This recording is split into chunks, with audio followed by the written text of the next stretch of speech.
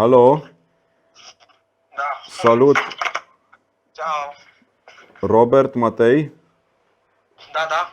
Cosmin Godean te deranjează de la Scoot Food. Ok. Am văzut că ai participat la concursul nostru, ai dat Da. like paginii noastre și vreau să te întreb dacă ai descărcat aplicația. Poți să-mi trimiți pe numărul ăsta un print? Screenshot. Da, să văd dacă ai aplicația Da. descărcată. Și Acum 2 secunde. acum mai te pun să faci ceva. Da, numai chestia că trebuie să fac repede, că trebuie să plec la lucru. Trebuie să te cântărești, ai un cântar în casă. Fai.